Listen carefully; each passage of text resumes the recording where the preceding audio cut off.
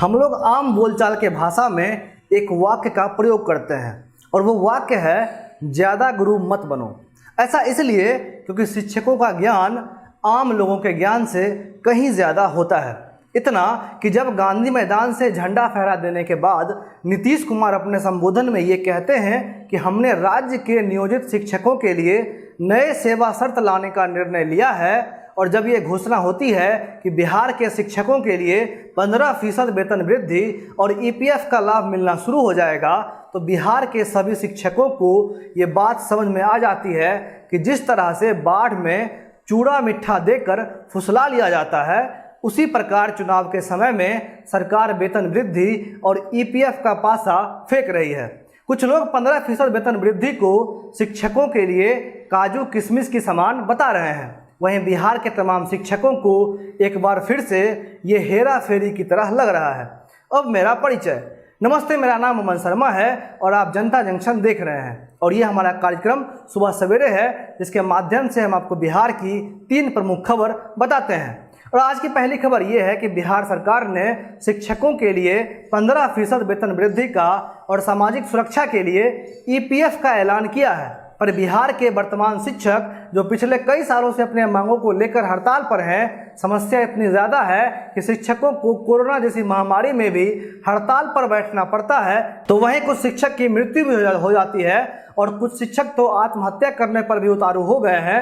ऐसे शिक्षकों के लिए बिहार सरकार ने जो वेतन वृद्धि और ईपीएफ का पासा फेंका है, उन पर ढेले के समान बरस रही है। मैंने एक शिक्षक से बातचीत की है और उनसे पूछा कि आप लोग खुश क्यों नहीं हैं। उन्होंने कहा कि हम खुश इसीलिए नहीं हैं क्योंकि हम अब भी राज्य के कर्मी नहीं बने हैं। हमारे लिए अब भी राज्य के कर्मी जैसी सुविधाएं उपलब्ध नहीं है। हमारे नाम के सामने अब भी नियोजन शब्द किसी ठेकेदार के मजदूर जैसा लगा रहेगा। हमें ग्रेच्युटी का लाभ अब भी नहीं मिलेगा। हमें किसी प्रकार का कोई बीमा भी नहीं मिलेगा। इसके बाद उन्होंने 15% वेतन वृद्धि का खंडन किया। उन्होंने कहा कि 15% कितना होता है? 3000 से 4000 रुपया। इस 3000 से 4000 रुपया में 1800 से 2000 रुपया पीएफ कटेगा, तो वेतन वृद्धि कितना हुआ? 1200 से 2200 रुपया, और वो भी अगले अप्रैल से मिलेगा, चुनाव खत्म हो जाने के बाद।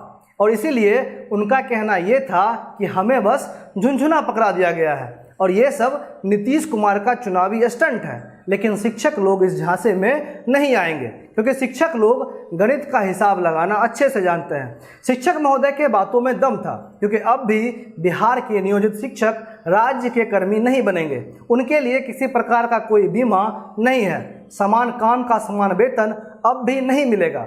ट्रांसफ़र सिर्फ महिलाओं और दिव्यांगजनों का ही होगा और पुरुषों का पारस्परिक ट्रांसफ़र किया जाएगा। यानी अगर मैं बेगूसराय में हिंदी पढ़ाता हूं और मुझे गोपालगंज में अपना ट्रांसफ़र चाहिए, तो गोपालगंज के वैसे टीचर को ढूंढना पड़ेगा जो गोपालगंज में हिंदी पढ़ा रहे हैं और उन्हें बेगूसराय में अपना ट्रांसफ़र चाहिए। यानी मेरे जगह पर उनका ट्रांसफ़र और उनके जगह पर मेरा ट्रांसफ़र, यानी भीषण उलझन।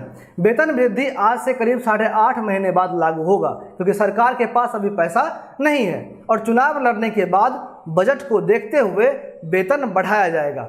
हालांकि कुछ बातें शिक्षकों के हक में है, जैसे अब उन्हें प्रमोशन दिया जाएगा।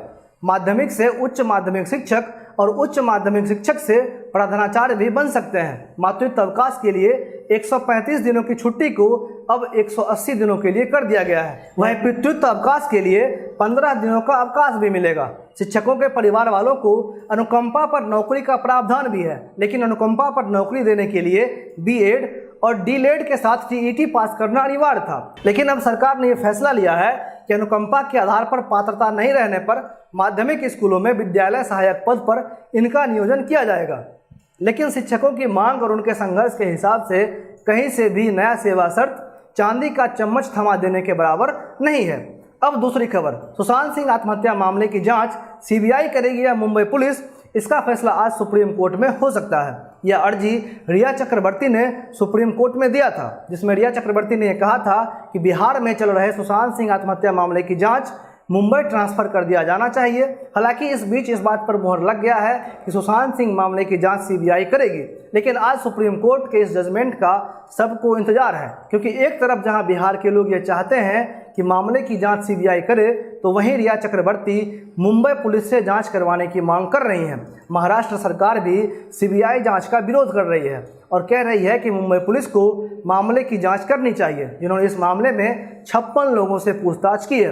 हालांकि सुशांत के पिता ने यह भी आरोप लगाया है कि मुंबई पुलिस ने जितने लोगों से पूछताछ की है उनका बयान महत्वपूर्ण नहीं है, और जिन लोगों का बयान महत्वपूर्ण है उनसे मुंबई पुलिस पूछताछ नहीं कर रही है। और खबर यही है कि आज इस मामले की जांच किसे मिलेगी, ये सुप्रीम कोर्ट आज तय कर सकता है।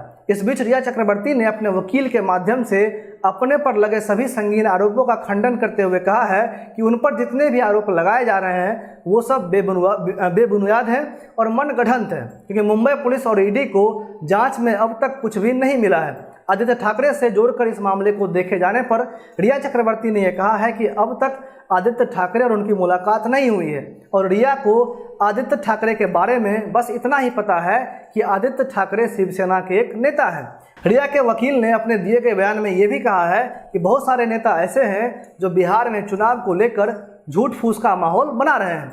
इसी बयान में यह भी कहा गया है कि बिहार पुलिस बिना मतलब के इस पचड़े में पड़ रही है। बिहार पुलिस को 0 FIR रजिस्टर करके जांच को मुंबई पुलिस के लिए ट्रांसफ़र कर देना चाहिए था, क्योंकि बिहार पुलिस को कोई हक नहीं है कि वो इस मामले की जांच करे।